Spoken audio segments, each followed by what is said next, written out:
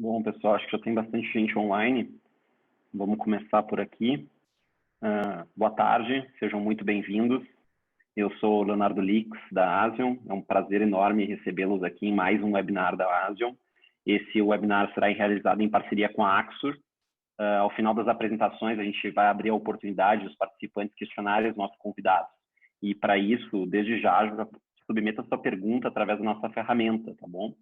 Nossa equipe vai selecionar algumas perguntas e vamos responder as perguntas durante o final do evento. Caso queiram direcionar uma pergunta especificamente para um participante, lembre de informar o nome desses participantes, tá bom? Falando rapidamente sobre a Asion, antes de passar a palavra para os nossos convidados, a Asion é uma plataforma de Edge Computing que permite a construção e execução das aplicações serverless no Edge da rede, mais próximos aos usuários e aos devices desses usuários. A plataforma é ideal para rodar aplicações que exigem baixo tempo de resposta, uma menor latência, ou um processamento de dados em tempo real. Nós ajudamos a resolver problemas mais complexos dos desafios de computação e de rede, incluindo escalabilidade, disponibilidade, performance e segurança de aplicações de missão crítica. O webinar de hoje tem uma duração prevista de 90 minutos. O seu objetivo vai ser de a gente ajudar as empresas a se prepararem para os maiores desafios de segurança digital da atualidade. E para falar com propriedade, hoje a gente está com dois especialistas de peso aqui. Nossos convidados de hoje são o Jonas Ferreira, que ele é Solution Architect da Asion, ele é especialista em segurança na Asion, certificado pela CompTIA, Security Plus, pelo DPO, o GPD, MC Academy Associate, Cloud Infrastructure and Services, certificado DevOps Essential e Scrum Professional. A gente também vai contar com o Fábio Ramos, ele é CEO da Axur, ele tem formações em diversas áreas, dentre elas CISP, CISM, e ele é o fundador da empresa, então ele vai nos brindar com a sua palavra aqui. Uma empresa global, líder na América Latina em monitoramento e em reação a riscos digitais na internet. O executivo acumulou mais de 20 anos de experiência em cibersegurança, tendo trabalhado no conselho de empresas do ramo de tecnologia no Brasil e nos Estados Unidos. Fábio, você podia nos falar um pouquinho sobre a Axur e o trabalho que vocês desenvolvem? Claro, Lix. Em primeiro lugar, eu quero agradecer o convite de vocês. Eu sou super fã da Asion, né? Ainda amigo do Rafa também, tenho acompanhado a empresa desde o início e sou um fã, talvez, número 1 de vocês. Então, quero dizer que eu estou bem honrado aí pelo convite, né? A Axur é uma empresa que faz a detecção de ameaças fora do perímetro.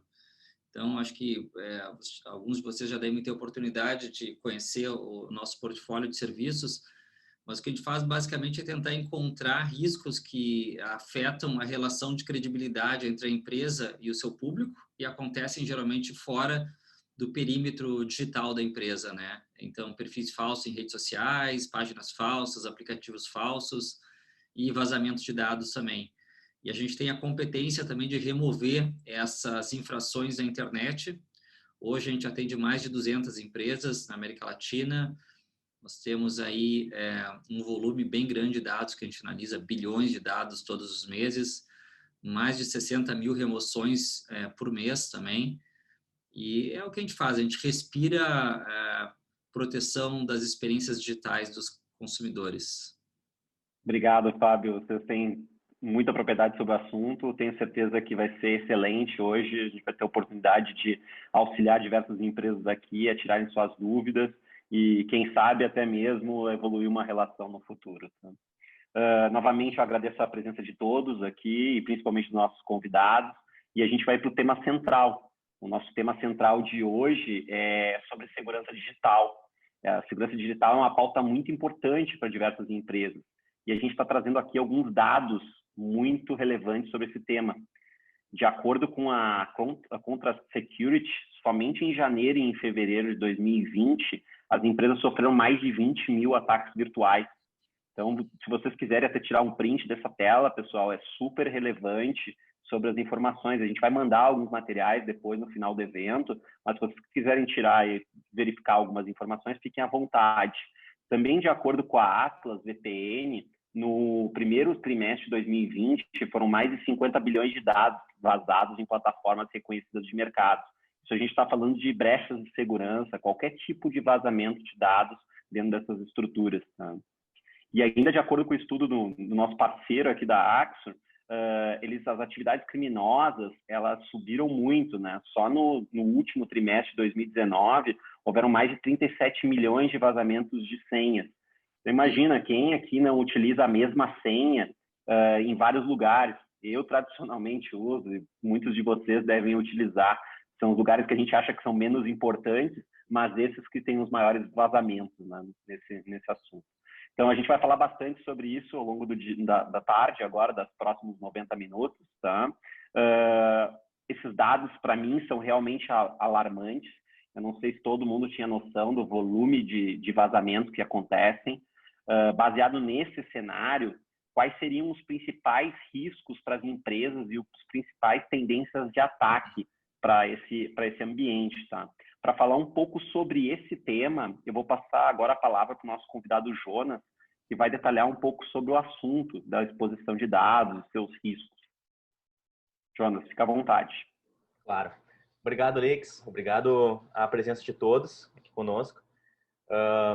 Bom, acho que quando a gente fala a parte de exposição de dados, é muito bom a gente olhar tanto para dentro de casa quanto para fora de casa. Tá? Então, a exposição de dados está cada vez aumentando. Então, o porquê que está aumentando? Cada vez mais a gente está usando infraestruturas externas. Se a gente avaliar, tá, em uma pesquisa recente, 53% tá, dos storages, eles podem ser acessados publicamente. Tá? Então, significa que existe dados, e isso pode ser considerado dados pessoais. Fotos são consideradas dados pessoais, fotos de perfil. E aí, quando a gente fala de fotos de perfis e alguns dados de CPF, alguns dados dos usuários, eles não estão previstos no Compliance PCI. Então, eu ser Compliance PCI, eu ser Compliance hoje, não me ausenta de eu estar fazendo exposição de dados. É importante a gente falar o que a gente está negligenciando, tá, de externamente. Ou seja, o fato de eu ter um storage tanto interno quanto externo, eu devo monitorar e devo verificar como ele está sendo acessado. Se eu tenho servidores externamente, se eu coloco um ambiente em nuvem, tá, eu tenho que monitorar e, inclusive, atualizar os sistemas operacionais. Tá? E é isso. E nessa pesquisa a gente aponta que 81%, mais ou menos, por volta de 81%, tá, desses acessos, as pessoas os analistas simplesmente não verificam as vulnerabilidades impostas na minha infraestrutura em nuvem. Ou seja, são sistemas operacionais desatualizados, são acessos que eu estou tendo dentro da minha infraestrutura interna em sistemas que podem haver brechas de segurança. Tá? A mensagem que eu quero dizer é monitorar a infraestrutura interna e monitorar a infraestrutura externa. O que está ocorrendo na infraestrutura externa é extremamente importante do que pode acontecer, exatamente o que pode vazar meus dados. Os dados podem não ser vazados internamente, eu posso estar 100% compliance com todas com todos os meus recursos, seja PCI, seja o ISO 7000, tá? Mas se eu não monitoro também externamente, se eu não monitoro os logs de acesso dos meus usuários, se eu negligencio meus servidores externos, eu não estou em compliance com nenhuma, nem com PCI, nem com ISO 7000, nem com qualquer outra norma. Eu devo olhar o ambiente externo e aí que mora o perigo exatamente para todos os acessos. E aí que eu comento a dizer, tá? Para todas as pessoas que hoje administram sistemas ou gerenciam empresas. Existe acesso externo da sua base de dados, existe acesso externo no seu storage e como você monitora e como você loga esses acessos.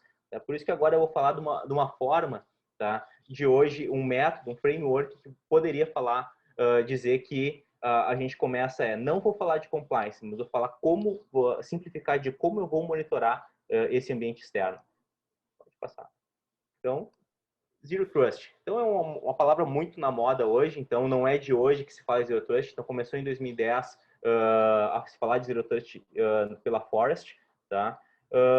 Zero Trust eu não estou falando, não quero trazer uma infraestrutura confiável, eu quero eliminar a confiança, tá? Então, o que eu trago de mensagem para esse caso sistemas operacionais, ambientes de infraestrutura, não existe confiança entre eles, confiança é algo humano, tá? Então, confiança é uma vulnerabilidade. Se tu confia hoje, tá, no seu ambiente, na sua infraestrutura, tá, e se você confia tanto nos seus sistemas operacionais quanto nos seus sistemas, inclusive no que cada usuário faz dentro, tu não está sendo Zero Trust. Tá? Tu tá trazendo uma vulnerabilidade para dentro do teu ambiente. Então, falando agora das etapas para eu trazer, tá, a metodologia Zero Trust. Tá? Falando primeiro, quando a gente fala de Zero Trust, a gente não vai falar de, vamos começar, a primeira coisa, eu quero trazer uma arquitetura Zero Trust, eu quero trazer uma infraestrutura Zero Trust. Tá? Então, a gente comenta, eu tenho que definir qual é o meu escopo do meu projeto, exatamente como funciona em qualquer outro ambiente, tá? Como eu também tenho que começar a mapear quais são todos os meus sistemas. Mas como que eu faço isso daqui? A primeira etapa é definir a camada de proteção, tá? Aí que a gente comenta de falar o DAAS, tá? Então, eu teria que mapear quais são os dados, tá? Então, quais dados precisam ser protegidos, tá? Então, aí eu começo a verificar na infraestrutura o que eu tenho de dados, seja pessoais, sejam dados de cartão de crédito, tá? Então, eu tenho que mapear cada um dos meus dados hoje, tá? Quais aplicativos, tá? Então, a sigla A. Quais aplicativos consomem as informações confidenciais, tá? E a partir disso eu devo logar e dizer apenas esses aplicativos podem consumir. Todos os outros não podem ter esses acessos. Quais são os ativos que são mais sensíveis? Tá? Então, o que eu começo a mapear bom, existe ambientes externos, existe infraestruturas externas, existe um banco de dados externos. É muito comum hoje. Eu comecei a criar meu ambiente, mas eu botei meu Lambda Function dentro da nuvem. Ele pode ser acessado externamente. Eu não botei um LB, eu não botei um Edge Computing, eu não botei uma CDN na frente. Ele pode ser acessado por qualquer usuário. E nesse Lambda Function eu consigo acessar minha base de dados. Eu não defini um rate limit para os meus usuários e eu poderia simplesmente listar todas as contas dos meus usuários. Então, o fato de dados vazados, tá? Muita coisa pode ter ocorrido pela falta de monitoramento desses acessos, pela falta de permissionamento de cada um deles. E por último, a gente fala de serviços. Quais serviços que eu devo, tá? Que podem ser explorados e quais serviços eu consigo liberar externamente? DNS, DHCP, Active Directory, HTTP, quais serviços possuem dados sensíveis e quais serviços eu consigo manipular cada um desses dados. Feito isso, ao invés de mapear, terminando o mapeamento de todos os meus sistemas, tá, eu devo mapear quais os fluxos, tá, esses sistemas são projetados. Tá? Então, o entendimento vem da varredura do mapeamento dos fluxos de ações dentro da sua rede. Então, a gente conseguindo mapear toda a parte eu mapeando toda a minha área, tá, eu começo a dizer o que é fundamental dos meus sistemas e como eles devem funcionar. Mapeei toda a minha arquitetura, defini quais são meus sistemas e o que eu devo ter acesso, e aí eu começo a construir uma arquitetura de Zero Trust. Tá? É importante dizer, hoje eu já tenho uma infraestrutura, eu preciso me desvencilhar dela para me tornar Zero Trust? Não. Eu apenas preciso segmentar ela e botar sistemas que funcionam bem com Zero Trust. Mas quais sistemas funcionam bem com Zero Trust? Sistemas que eu consigo segmentar e consigo monitorar todos os logs de acesso. Tá? Então, com a ASIO, é possível segmentar redes na política na camada 7. Tá? Então, controlar de forma granular o tráfego. O que é controlar de forma granular? Tá? Um atacante já sabe muito bem como chegar até a camada 13. Eu consigo saber como chegar em TCP, consigo saber como chegar em IP, mas para eu conseguir exatamente os dados de acesso, tá? Eu estou em camada 7, porque são a camada que possui todas as informações da URL, do usuário que está do payload, da requisição de todas as informações. Então, é aí que eu construo uma infraestrutura Zero Trust para começar a segmentar e controlar cada um desses logs de acesso. Tá? Após eu construir minha arquitetura, mapear o controle dos fluxos e conseguir definir a camada de proteção, aí eu criei minha política. Tá? O que é política por padrão? Se eu não sei que esse dado pode ser acessado, tá? Ou seja, eu não sei para que serve isso daqui, significa que esse dado não deve ser acessado, ou simplesmente nem deve nem ter acesso. Tá? Construída a política de proteção é responder as perguntas de quem pode e quem não pode acessar o quê. Tá? E sempre é o fluxo que vai sempre girando. Então, depois de eu construir minha política, eu começo a monitorar, tá? Então, por que é uma metodologia de 5 etapas? Eu apenas vou definir os controles de acesso, monitorar os fluxos de transações, construir a arquitetura, criar a política e monitorar e manter, e assim eu vou sempre girando para conseguir trazer todos os benefícios da arquitetura Zero Trust. Zero Trust não é apenas controle de acesso, tá? É segmentação desde segmentar os controles da camada 7 e definir quem acessa e quem não acessa o quê. Zero Trust é não tornar os sistemas confiáveis, eliminar a confiança de cada um deles. Então, never trust, always verify. Então, essa é a frase que foi trazida, tá, pela Forrest, tá, pelo analista John King, pelo analista da Forrest. Então, a ideia é, Zero Trust é trazer o que pode, tá, eliminar toda a confiança dos seus sistemas e trazer todos os benefícios de uma arquitetura muito mais, de controlar todos os logs de acesso de cada um deles. Tá? Então, a Asian possui produtos que eu consigo monitorar todos os logs de acesso dos usuários, criar todas as ações de segurança, tanto por comportamento quanto por uma ação estática. Eu consigo integrar com meus sistemas de IPS, consigo integrar com o meu CIEM, consigo integrar com todas as plataformas hoje existentes de mercado. Vou passar a palavra agora para o Fábio, para falar um pouco mais sobre a questão de quais são os riscos que essas informações podem ter, tá? E qual é os dados vazados, porcento de fraude e os dados vazados que pode correr para as empresas. Não, legal, obrigado, Jonas. Eu achei bem interessante assim esse conceito. A gente sempre gostou muito do conceito do Zero Trust. A gente tem acompanhado com a Forrester já faz alguns anos, né? É um conceito relativamente novo, mas é um conceito muito poderoso, porque ele até evoluiu, né? Porque ele começou com confie, mas verifique, depois nunca confie, sempre verifique.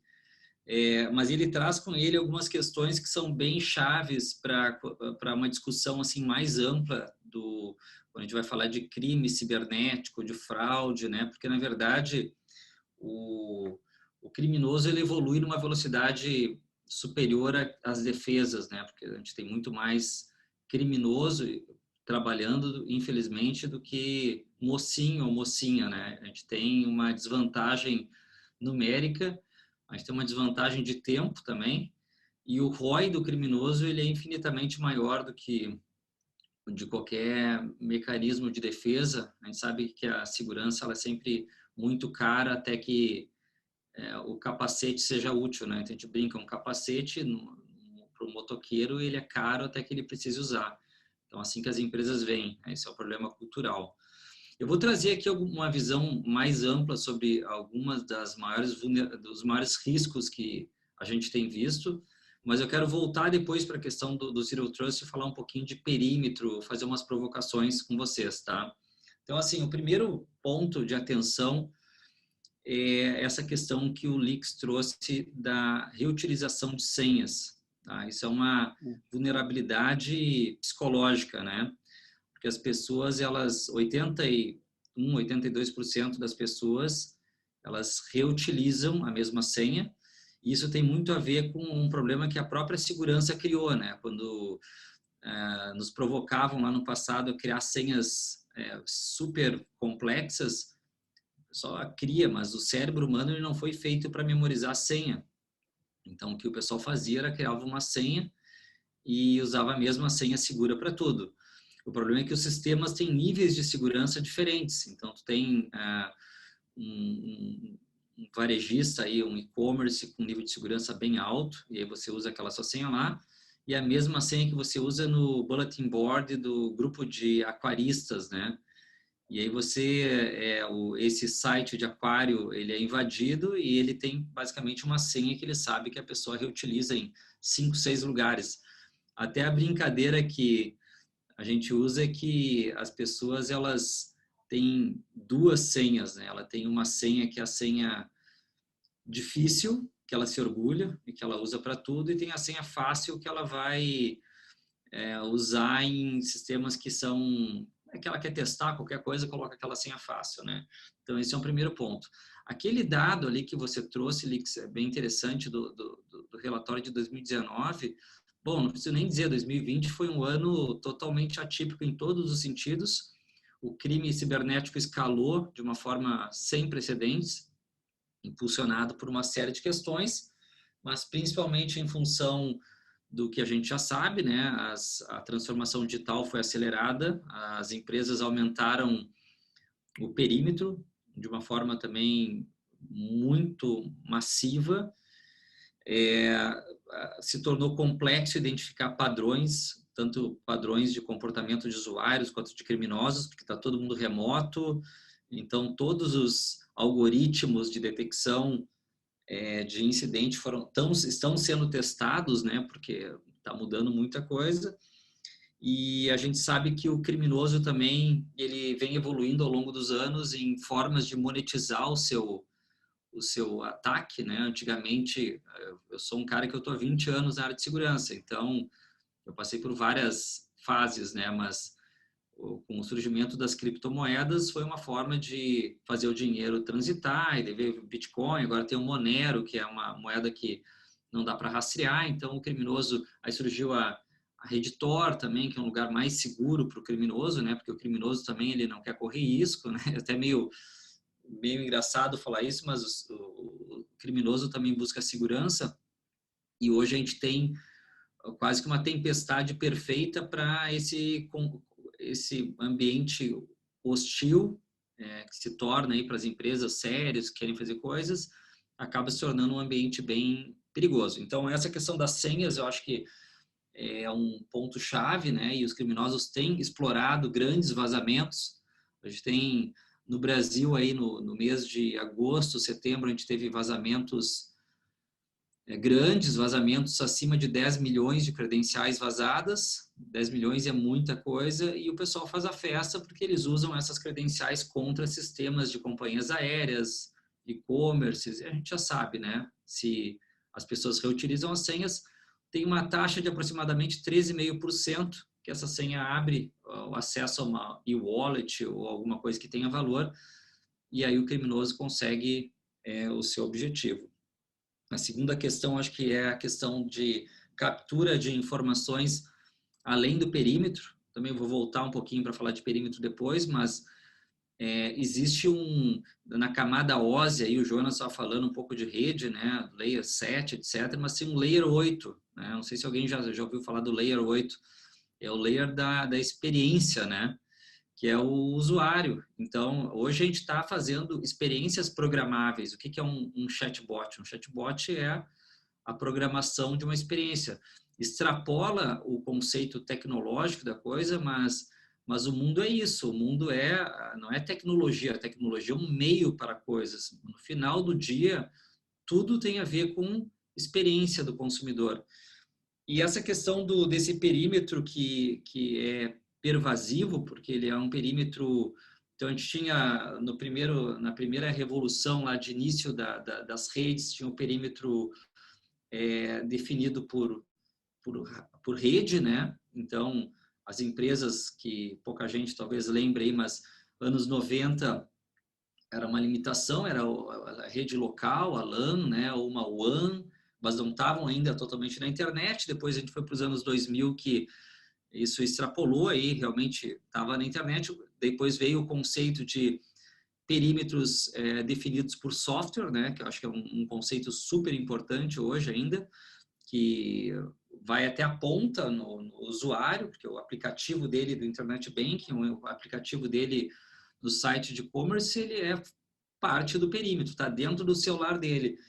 Mas a gente está também observando muito esses perímetros pervasivos que são definidos pela experiência, né?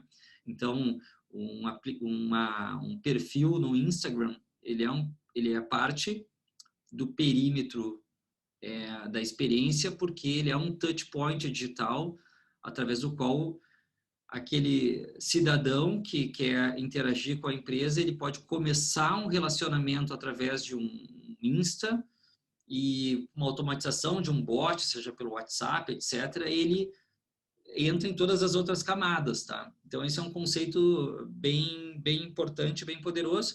Os criminosos sabem que existe essa possibilidade de enganar o usuário final, E com isso é muito mais fácil, né, roubar da pessoa que não tem o conhecimento técnico, que não tem as barreiras levantadas. Então a gente percebeu aí que nos últimos anos o criminoso ele parou de tentar só atacar a empresa, né? Isso eu estou falando assim dos últimos 5 anos para cá. Começou a atacar também o usuário porque fica muito mais fácil. E aí pegando um conceito, esse conceito emprestado aí do Zero Trust, que é bem interessante, que é o nunca confie, sempre verifique. O que é o átomo da confiança, né? Qual é que é a partícula fundamental da relação de confiança de uma pessoa com algo? Antigamente, se vocês forem voltar aí na história lá para o ano 1800, alguma coisa assim, o sobrenome das famílias é o que determinava a credibilidade de um negócio, né? Então tinha muitas famílias que tinham alta credibilidade, montaram bancos, etc. No início do século XX, as marcas começaram a ocupar esse espaço. Então a marca é o átomo da credibilidade. E os criminosos sabem disso, começaram a fazer os crimes utilizando as marcas. Então hoje o que a gente tem aí na camada 8, né, dessa cebola aí, essa apropriação, o impersonation da marca para afetar a experiência do consumidor, que gera o crime cibernético, tá? Então, phishing, redes sociais e tudo mais. E o último ponto aqui, Lix, também, que eu acho que é importante comentar, que o Jonas trouxe, é a exposição de dados, né? Tem uma diferença entre vazamento de dados e exposição de dados, tá? É um conceito bem importante. Nem tudo é vazamento, porque tu tem um bucket aberto, S3, ele não é um vazamento, ele é uma exposição. Ele pode se tornar uma exposição e gerar um vazamento, mas ele pode não acontecer. E uma informação que pouca gente sabe é que a grande maioria das exposições de dados hoje elas são não intencionais. Então, não é alguém que... O grande número de incidentes que acontecem, aí falando de LGPD, não é um ataque hacker, é um time que deixou exposto ali uma credencial, pode ser um vazamento de senha, ou também um repositório aberto, né? E isso a gente tem observado, como o Jonas também comentou, a superfície de ataque aumenta, está todo mundo indo querendo fazer parte da transformação digital, e aí o pessoal acaba se perdendo um pouco, porque quando a gente fala de segurança, existe um conceito também que é bem poderoso, que é a inovação, ela é uma corrida contra o tempo, né? E a gente tem uma pressão, eu tenho, vocês têm, todo mundo tem uma pressão constante por inovar, e quanto menor for o ciclo de entrega de um produto, mais falho esse produto ou processo ele vai ser. E é o que a gente está percebendo. Então, a gente obviamente não pode abrir aqui muito em detalhes, né, porque a gente tenta não citar, mesmo cases públicos, a gente toma bastante cuidado, porque a gente não quer expor ninguém, mas empresas que querem um setor lá, cria uma tecnologia, não protege a API ou não protege, quer levantar um serviço rápido e aí coloca ele sem proteção, e tem muita gente de olho nisso, né? A gente viu ali nas informações do leaks do volume de ataques, né, que acontecem todos os dias. Antigamente, o pessoal que gosta aí de botnet, a gente sabe que tu coloca um honeypot, consegue ver a quantidade de ataques que recebe, era uma coisa assim, tipo, centenas de ataques por hora, né? Esse número aumentou violentamente hoje. Então, tem que se prevenir, tem que estar atento e tem que estar também olhando além da camada 7, né, na camada da experiência, porque esse é o futuro. Tem um artigo que eu gosto muito, bem antigo até, do Nicholas Carr, que é o IT Doesn't Matter. Ele falava assim que IT ia virar uma commodity, etc., né? E, obviamente, tem muita vantagem estratégica aí em TI, mas no final do dia a gente sempre tem que conseguir fazer essa correlação com o negócio, e eu acho que a coisa mais mágica que aconteceu e que é bom para nós, que somos um subset aí de tecnologia, né, que finalmente se comprovou o potencial que tem a tecnologia para facilitar a vida do usuário, gerar diferencial competitivo E transformação digital não é mais só fazer aplicativo, é realmente revolucionar a vida do usuário. Por enquanto é isso aí. Legal, pessoal. Obrigado aí, Fábio, por ter compartilhado com a gente essa experiência, né? Eu mesmo vejo no meu dia a dia várias dessas coisas acontecendo com amigos, então falou de cases que acontecem. É muito comum aqui o pessoal tentar roubar o teu WhatsApp dentro de alguma forma, né? E fazer alguma engenharia social para obter vantagens sobre os seus amigos, e isso não estava funcionando mais muito bem, né? Então foram para as redes sociais muitas vezes. Agora eu tenho visto um ataque muito comum, não sei onde está cada um de vocês, mas eu estou em São Paulo, por exemplo, é muito comum de um restaurante, entre aspas, te oferecer uma janta gratuita ou algo e dizer, cara, eu vou te mandar um código e responde com o teu código, só que é o código do WhatsApp que o cara está tentando tomar tua conta.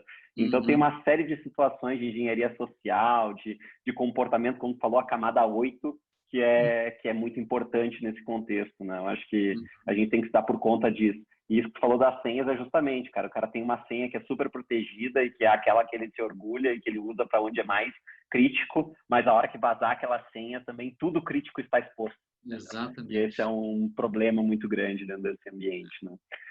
Bom, acho que é aquela questão que tu ia falar no final sobre perímetro, Fábio, eu vou trazer aqui para ti. Como é que tu entende que o Zero Trust pode ajudar nesse cenário e como é que tu encara essa, vamos dizer assim, extrapolação do perímetro? Porque hoje parece que não se tem mais perímetro, né? Não é possível dizer assim, aqui é a minha zona de confiança, meu círculo de confiança.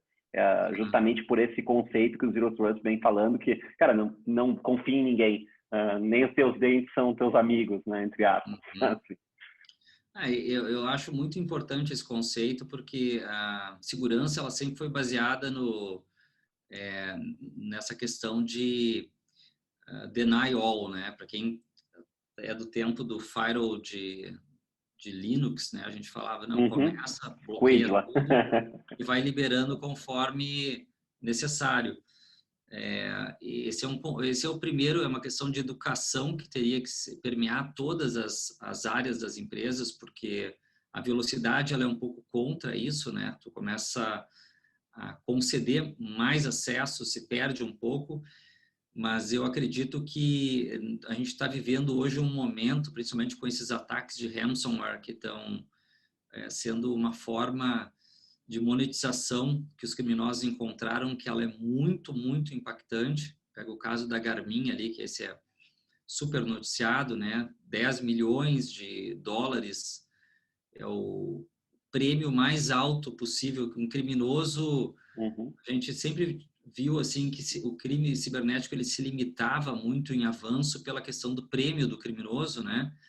Hoje eu não entendo ainda como é que tem assaltante de banco físico, porque é muito melhor fazer o crime cibernético do ponto de vista de não correr risco de vida e o retorno financeiro, né, do que o crime físico. Mas a gente entende que tem essa possibilidade das pessoas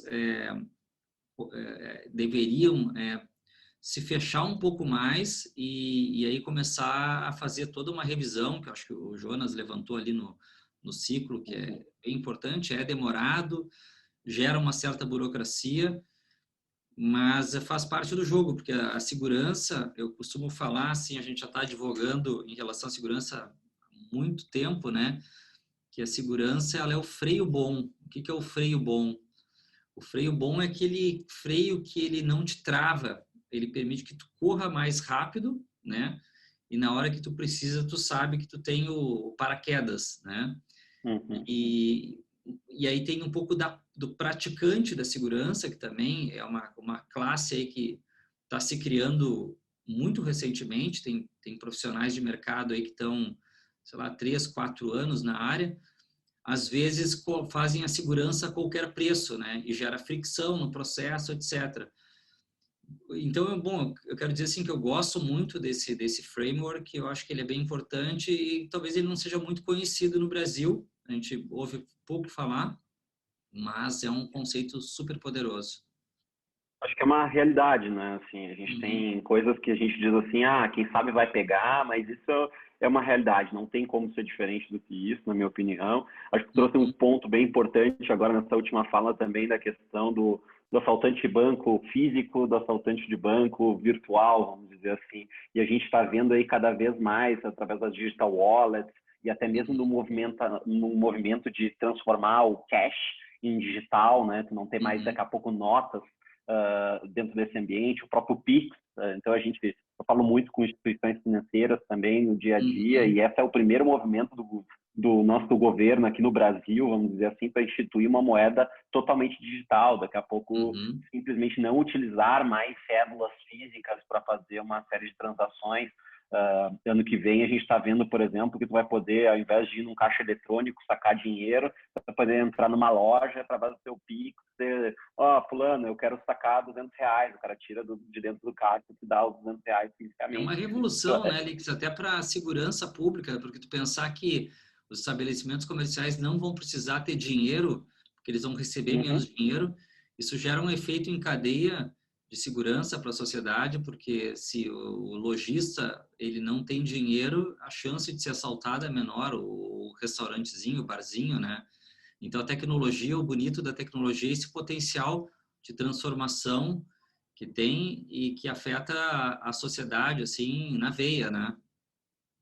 Tu entende que, por exemplo, com essa mudança, com esse novo comportamento, a gente deve ter um incremento considerável, talvez, de phishing ou de credential stuffing ou alguma outra coisa nesse sentido. Acho que talvez nem todo mundo conheça esse tema, né, de credential stuffing ou de phishing. Talvez possa explicar um pouquinho o que é cada um deles no conceito e depois trazer para esse tema, que eu acho que vai ser mais rico se a gente der uma contextualizada para todo mundo. Claro, com certeza. O credential stuffing é um nome bonito de um conceito super simples, eles chamam de password spraying também, que é basicamente tu sabe lá a senha do Leonardo, o e-mail e a senha, é a combinação do que a gente chama de credencial, e fala assim, bom, eu tenho uma chave, mas eu não sei o que ela abre, né? Então tu pensa naqueles locker de escola lá, né? Então eu achei uma chave no chão, eu digo, agora eu vou tentar abrir, e eu começo a Todos cadeados. todos cadeados, né? Só que isso, sempre quando fala em tecnologia, a gente fala em escala. Todos os golpes ganham escala. E aí tu fala assim, bom, eu achei uma base com 10 milhões de credenciais. Beleza, estou achando 10 milhões de chaves. E no Brasil existem 2.000 sites que são sites que me interessam, porque tem uma wallet digital, porque eu consigo roubar uma informação ou acessar alguma coisa ou fazer uma transação.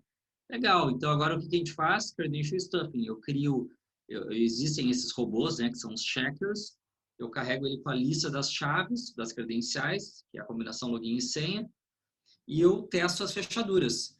E isso que eu comentei que chega numa taxa de 13,5%. A gente está falando aí mundialmente vazamentos de 100 milhões de credenciais. Do Canva, se não me engano, foi até um pouquinho mais, 190 milhões de credenciais. E chegar em 13,5% sei lá, 7 milhões de credenciais válidas, né? O poder Imagina que cada um desses tenha $10 lá na conta ou um cartão de crédito cadastrado já faz um estrago. Vale muito a pena. E o phishing também um golpe, né? Que todo estelionato ele existe no mundo físico, porque no final do dia muitos dos golpes, crimes são o estelionato reinventado para o meio digital. Então você cria uma página falsa, um perfil falso, faz uma mensagem de SMS falsa para uma pescaria, manda para muita gente, usa a engenharia social para tentar fazer a pessoa ela confiar naquela informação ou ela acreditar. Normalmente isso está associado a uma marca, porque as pessoas confiam nas marcas, né? E você clica e você pode ter N desdobramentos. Um phishing ele pode ser para roubar uma credencial, então uma combinação de login e senha. Ele pode ser para roubar documentos, que é algo que a gente está vendo bastante. Ele perguntar assim, Fábio, por que o cara rouba um documento, né? Um RG, uma fotografia de um RG, de um CNH, os dados completos. Pode usar para várias questões, mas hoje o que usa mais é para pedir dinheiro emprestado e para abrir conta laranja em banco digital. né? Que isso aí dentro da cadeia do criminoso também tem um valor bem importante. Então, assim, esses são os dois golpes, né? E eles estão acontecendo agora durante a pandemia. O phishing cresceu 400%, credential stuffing também, muita gente que está começando a acessar, comprou pela primeira vez durante a pandemia, porque se viu forçado, então criou lá um cadastro, pode ter reutilizado uma senha, então os criminosos estão nadando de braçada aí nesse cenário. E como é que a pessoa física, vamos dizer assim, eu e você aqui nos protegemos desse tipo de situação? O cara pega lá meu dado na Deep Web, sai usando, obtém meu documento. Como é que eu fico sabendo disso, por exemplo, hoje? Eu posso, daqui a pouco, responsabilizar uma empresa porque ela vazou esses dados? Às vezes a empresa nem sabe que ela vazou, né, também. Então, fica difícil de a gente rastrear isso, acho que para a pessoa aqui na ponta, vamos dizer assim. Hoje em dia a gente tem avisado, né? Muitos anúncios aí que acontecem na Deep e na Dark Web, é difícil que a empresa não saiba porque alguém vai até a empresa e rapidinho leva. A gente vê que tem assim, é um mercado bem rentável, né? Até em termos de um último vazamento aí que aconteceu há 3 semanas atrás, um vazamento pequeno, 300 mil credenciais e teve 19 compradores, né? Então, pensa assim, tem uma movimentação bem interessante. O que as pessoas podem fazer, tá? Quando se fala em senhas, primeiro é conhecer, né? A gente fala sempre a informação é o melhor aliado. É o diagnóstico que a gente faz quando a gente vai ao médico, né? Então, não tente se autodiagnosticar, né? Procura alguém para ajudar. Falando especificamente de senhas, nós temos um site gratuito que chama minhasenha.com e a gente tem um compilado com bilhões de senhas vazadas com a combinação. Então, se o Jonas, por exemplo, está suspeitando que alguma senha dele pode ter vazado, ele pode colocar lá no minhasenha.com o e-mail dele e nós vamos mandar para o e-mail dele todas as informações que nós temos que são credenciais vazadas ligadas ao e-mail dele. Ele pode testar também do e-mail corporativo e vai ver quais são as credenciais. Aí nós mandamos só para quem é o contato técnico responsável, né? Mas para a pessoa física Legal. já ajuda muito. E quando a página falsa, aí é uma questão importante, Leonardo, porque os criminosos eles são tão sofisticados, né? Porque eles ganham tanto dinheiro com phishing que antigamente nós dizíamos assim, olha, se a página for mal feita, desconfie. Se tiver erro de ortografia, desconfie. Mas não existe mais página mal feita. A cópia é idêntica, não tem mais erro de ortografia.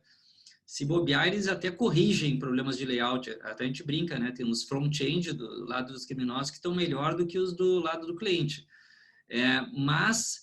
E até o SSL também, que a gente falava, tem um cadeadinho. Não, a última estatística que saiu agora no último trimestre é que os sites com phishing são mais seguros em SSL do que os sites da internet normal. Parece que a taxa de sites de criminosos usando o SSL, né, o cadeadinho, é superior a 80% e a média da internet é inferior a isso, né? Então, os caras, realmente, eles sabem operar. Nós criamos também um site gratuito chamado possoconfiar.com.br. Nós temos ali catalogado milhões de casos de página falsa. Então, a gente fala assim, olha, se está na dúvida, entra no possoconfiar.com.br, coloca qual é o site que você está suspeitando que seja falso e a gente informa em até 5 segundos. E se for algo suspeito, a gente tem um time de analistas que vão fazer uma segunda verificação para informar o consumidor. Então, a única forma é com educação e as pessoas desconfiando e tentando olhar aí o que está acontecendo. Legal, muito bom, cara. Sim, para mim está sendo um belo aprendizado esse bate-papo, tá? Jonas, me diz uma coisa, como é que tu acha que a gente podia fazer a implementação desse Zero Trust? Imagina que eu sou o CEO de uma empresa, eu passei por todos esses casos que o Fábio falou, eu tenho um desafio enorme. Como é que eu faço para dar o pontapé inicial? Como é que eu faço o kickoff disso? O que eu devo fazer? Tem uma receita para fazer? Ou posso seguir tais passos aqui? Eu vou sair seguro do outro lado ou não? Eu acho que o mais importante, tá, de entender a questão do Zero Trust, existe sistemas que funcionam com Zero Trust e sistemas que simplesmente não são adaptados ao Zero Trust. Então, se eu consigo identificar, catalogar todos os logs de acesso, se meus sistemas eu consigo segmentar ele, ou seja, eu consigo ter desde os logs de acesso, desde a camada 7 até a camada de rede, tá? Ele vai funcionar com Zero Trust. Mas como eu posso fazer, tá, na minha infraestrutura se eu tenho desde aplicações, desde API, desde um Apache, desde um Firewall e assim por diante? Bom, o mais importante é tu ter um centralizador de todos esses logs de acesso. Então, isso tu consegue ter com Edge Computing. Eu poderia muito bem utilizar uma CDN para controlar todos os logs de acesso do que entra e o que sai. Tá? E mais importante do que isso é, quando eu começo a catalogar os logs, eu começo a identificar muita coisa que eu nem sabia que existia. Tá? Então, a mais importante é eu identificar todos os sistemas, identificar não só os sistemas do meu compliance, mas os sistemas que possuem dados realmente sensíveis, tá? E a partir disso eu começo a segmentar eles. Tá? Como eu consigo segmentar eles todo tráfego deve ser identificado. Se o meu tráfego não está sendo identificado, não deve ter acesso a ele. Tá? Outra coisa é, no momento que a gente começa a identificar todos os tráfegos, eu tenho o meu banco de dados e vou verificar tudo que está sendo acessado por ele. Existe tráfego externo acessando ele? Existem outros sistemas que possuem acesso ao banco de dados e não deveria? Bom, o Zero Trust vai te apoiar nisso. Tá? E muito importante a gente analisar essa questão existem os dados vazados, tá? Existe o que foi exposto na nuvem. Tá? E muitas vezes a base de usuários, a base de senhas é do que foi exposto. E o que foi exposto pode ser um banco de dados mal configurado, um Lambda Function exposto para a nuvem, pode ser um storage exposto para a nuvem. Então, o Zero Trust vai te apoiar a identificar, catalogar todos os teus sistemas e começar a ter acesso zero a eles. Eu vou acessar apenas o necessário. Zero Trust não é trazer a confiança nela, é eliminar a confiança em todos os teus sistemas. Monitorar sempre, catalogar sempre e auditar sempre os sistemas. Existe alguma ferramenta que eu posso utilizar para que me auxilie nesse processo, ou até mesmo para mapear essas situações todas que tu comentou? A melhor maneira é tu conseguir centralizar todos os logs de acesso. Eu poderia muito bem utilizar uma CDN, ou seja, utilizar a Asium para isso, e a partir de todos os logs de acesso da Asium, eu começo a receber todos os logs, receber todas as informações. E a partir disso eu vou saber tudo que entra e o que sai da minha infraestrutura. Ao mesmo tempo que eu começo a utilizar a Asium, eu consigo ter a porta de entrada de todos os usuários. Tá? E a partir disso eu consigo criar novas ferramentas de proteção. Eu tenho uma API e ela está segura. Tá? Mas quantos acessos tu consegue fazer na API? Ela tem rate limit?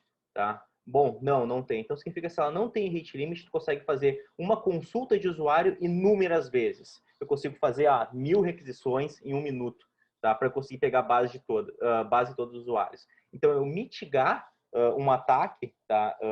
Mitigar, por exemplo, um vazamento de informação, tá? Pode ser combatido com o próprio rate limit. Tá? Ao mesmo tempo, eu conseguindo centralizar todos os meus logs de acesso, eu começo a ter informação de quais IPs estão sendo acessados, começo a ter bloqueios de GeoIP. Tá? Então, aí o que eu digo tragam tecnologias que funcionam com Zero Trust, consigam ter ferramentas e, digamos, toda e qualquer ferramenta necessária para combater um ataque e mitigar um ataque, que é bloqueios de IPs, rate limit, Web Application Firewall. Tá? Então, monitorar os logs significa monitorar os comportamentos. E a partir disso se eu não conheço esse comportamento, ele deve ser estudado. E a partir desse comportamento que vai haver um vazamento de fraude e vai haver um acesso indevido na sua rede. Tá? Então, para eu trazer exatamente o Zero Trust monitorar e auditar todo e qualquer comportamento dentro da minha infraestrutura. Tá? Legal, acho que esses dois assuntos que vocês trouxeram se juntam, né? O Fábio trouxe uma questão justamente da questão dos robôs e como que ele vai testando as listas vazadas e parece ser um esforço muito pequeno para fazer isso. E do outro lado está dando uma solução para como que tu faz um processo reverso de bloqueio, talvez, e contenção desses robôs. Então, assim, parece que a gente está tendo que correr sempre atrás, né? Foi aquilo que o Fábio falou, os caras estão sempre muito na nossa frente e a gente precisa utilizar. Pelo que está me trazendo do conceito de Zero Trust, parece uma forma de a gente evitar de estar sempre correndo atrás e se colocar um pouquinho na frente, talvez, do atacante. Tem um ponto aqui, Leonardo, se me permite rapidinho, assim, Fica à vontade, por favor.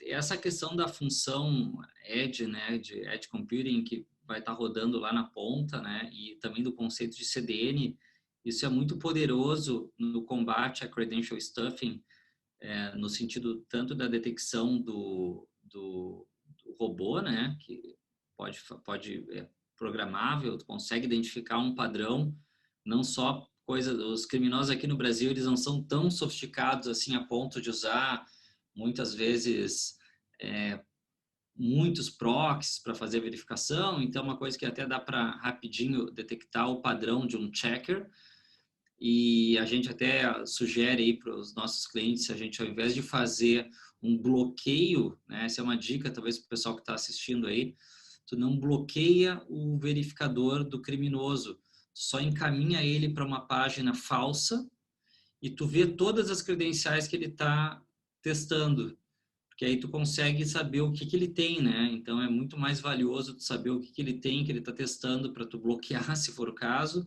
do que simplesmente bloquear, porque se tu bloquear ele vai testar de um outro lugar, enfim, e vai conseguir, vai passar. E a segunda questão é que na hora da autenticação já pode fazer uma verificação quando o cara cria um usuário ou quando ele vai se logar, essa função da ponta já pode verificar contra uma base se aquela combinação ela já não existe e não deixar a criação da conta ou não deixar ele logar. E a gente já viu algumas empresas que estão fazendo isso, né? Isso faz com que o usuário não seja exposto e ele seja avisado, né? Então, olha, a gente não vai deixar tu usar essa senha, porque essa é uma senha já conhecida na internet, associada a essa credencial, e dessa forma a gente está usando aí o poder da computação na ponta, né, para conseguir resolver um problema que é um problema do mercado todo. Isso é super poderoso que tu trouxe, na realidade. Tu pode usar daqui a pouco um Edge Function rodando uma consulta ali, como tu falou, instanciando uma consulta diretamente numa base, verifica se está na base e não permite. Muito bacana, cara. Eu acho que é interessantíssimo, é uma forma de se proteger e proteger a nossa empresa, né? Porque eu ia te perguntar justamente isso. Tá bom, eu sou o CEO da empresa lá do outro lado, o meu cliente tem uma credencial vazada, alguém entrou aqui dentro e fez uma série de compras. Quem é que é o responsável no final das contas? Sou eu? É a pessoa que vazou a credencial? Como é que vai ficar isso, né, no meio do caminho? Assim, parece uma bola dividida, né? O maior problema aí não é tanto a questão financeira, porque tem um ticket médio do roubo que para o varejo ele é um ticket que vai de R$ 1.200, né? Então, se pensar assim, tem um impacto financeiro, mas o pior é a questão da reputação, porque como no mundo digital a gente está falando que, diferente de como era antigamente, né, para ir de uma loja para outra, tu precisava atravessar a cidade, pegar o carro, etc. e tal. Hoje no digital é só abrir uma outra aba e digitar o nome do site. Então, o que segura um consumidor? A relação de confiança. Se um criminoso usa um ardil aí de uma marca para fazer uma captura de dados, a empresa, o maior prejuízo que ela pode ter é perder aquele cliente botar uma reclamação ou sair na mídia, etc. Então, tem essa questão aí que eu acho que é atemporal, né, da credibilidade, o impacto intangível, mas muito maior, principalmente no mundo em que está todo mundo digital. Concordo sim. Parece ser menor, vamos dizer assim, as pessoas não levam em consideração isso diretamente, porque é pouco tangível, como tu falou, mas a exposição ou o impacto parece muito maior do que um pedido de R$ 1.000 lá que o cara consiga executar A e gente muitas sabe, vezes assim, consegue Leonardo, cancelar. vocês devem saber também o quanto é difícil tu ter uma boa taxa de abertura de e-mail, né? Tu fala, pô, cara, para conseguir ter uma taxa de abertura de e-mail boa, o cara tem que criar uma boa reputação. Aí chega um fulano lá e cria uma página falsa e fala assim, ele não está roubando dado, ele está usando a tua marca para roubar credencial, mas para usar contra outro lugar. Então não vou fazer nada, porque não está me atacando. Mas imagina o quanto isso vai impactar se tornar realmente um problema na no ruído nesse canal digital e as pessoas vão parar de acreditar em toda a comunicação digital e isso aí gera um impacto absurdo para a empresa, né? Inestimável, com certeza, é muito grande. Uhum. Legal, pessoal, assim, a gente está quase no final e, pessoal, mandem as suas últimas perguntas, tá, para o nosso time aqui, eu estou com ainda algumas para fazer aqui, a gente deve fazer mais umas 2 aqui dentro da sequência e se chegar alguma coisa muito relevante a gente faz agora também, senão a gente responde depois por e-mail, alguma coisa nesse sentido. Eu queria trazer uma questão dos aplicativos falsos, né? Que a gente às vezes está dentro daquela Play Store ou dentro da própria Google Store, etc. E aí tu sente uma certa tranquilidade de aceitar as coisas ali dentro, ou de passar teu número de cartão, ou de dar um duplo clique e comprar alguma coisa. E a gente está vendo que está se proliferando esses aplicativos falsos dentro das próprias lojas, principalmente dentro do Google Play. Como é que a gente tenta evitar esse tipo de situação? Como é que a gente se protege desse tipo de situação, Flávio? Tem 2 desdobramentos. Tem os APK Mirrors, que são aqueles sites que oferecem os APKs para quem usa Android. Isso a gente sugere nunca instalar, né? Porque pode ser um aplicativo modificado e não tem razão nenhuma, né, para baixar de lá. Só quando a pessoa quer fugir de um bloqueio geográfico, que não dá para baixar porque está viajando, daí ele... Mas, assim, evitem... eu não tenho nenhuma situação que eu recomendaria, né? Melhor, então, acessar via VPN, mudar a loja e aí baixar do que baixar de um APK Mirror. Mas é um volume bem grande de pessoas que baixam ainda os APKs e botam no seu celular. Nas lojas oficiais é um pouco mais controlado. Eu diria assim, a da Apple é super controlada, é até chato, né? A gente costuma dizer que mesmo o aplicativo oficial não consegue, às vezes, publicar, tem uma burocracia, etc. Google Play é um pouquinho mais complicado, tem muito aplicativo falso ainda, mas tem um problema também, né? A gente tem uma interlocução aí com o pessoal dessas lojas oficiais e eles falam assim, olha que às vezes nem a empresa sabe se um aplicativo é verdadeiro ou é falso, eles não têm condições de dizer se um aplicativo é falso ou não, baseado no que eles acham, né? Eles estariam removendo muito aplicativo verdadeiro, não tem condições também de analisar todos os aplicativos, porque é muito complexo, né? O comportamento do aplicativo, ele pode pedir um dado ou uma autenticação, como é que tu vai saber se autentica ou não autentica? Então, é o papel das marcas estarem monitorando aplicativos em lojas oficiais. Isso nós fazemos, né? A gente monitora centenas de marcas aí. E as marcas, então, donas, reclamarem e pedirem a remoção daquele conteúdo. Normalmente, a remoção é feita com uma certa facilidade, mas precisa saber. E aí, uma situação engraçada, assim, Lix, às vezes a gente vai para o cliente e fala assim, olha, tem esse aplicativo, ele é de vocês, né? A plataforma mostra lá é verdadeiro ou é falso, e o cliente não sabe dizer. Ele diz, olha, pode ser que seja nosso. Eu vou ter que verificar com o marketing. Isso tem a ver com aquilo que eu falei, a velocidade muito grande de lançamento de coisas e o caos que acaba se transformando e o problema de segurança que a gente tem, né? Perfeito, pessoal. Beleza, de novo, eu queria agradecer vocês aí pela participação, acho que foi muito interessante, a gente pode repetir isso em outros momentos, com certeza o pessoal está interagindo bastante aqui. De novo, gostaria de agradecer também aos convidados e aos participantes que estiveram aqui, gastaram um tempo conosco para aprender um pouco mais sobre esse assunto. Também sugiro que vocês fiquem ligados nos nossos próximos eventos. A gente deve estar lançando nos próximos dias um webinar para falar um pouco mais sobre Edge Computing. Ele deve ficar para início de 2021. Tá?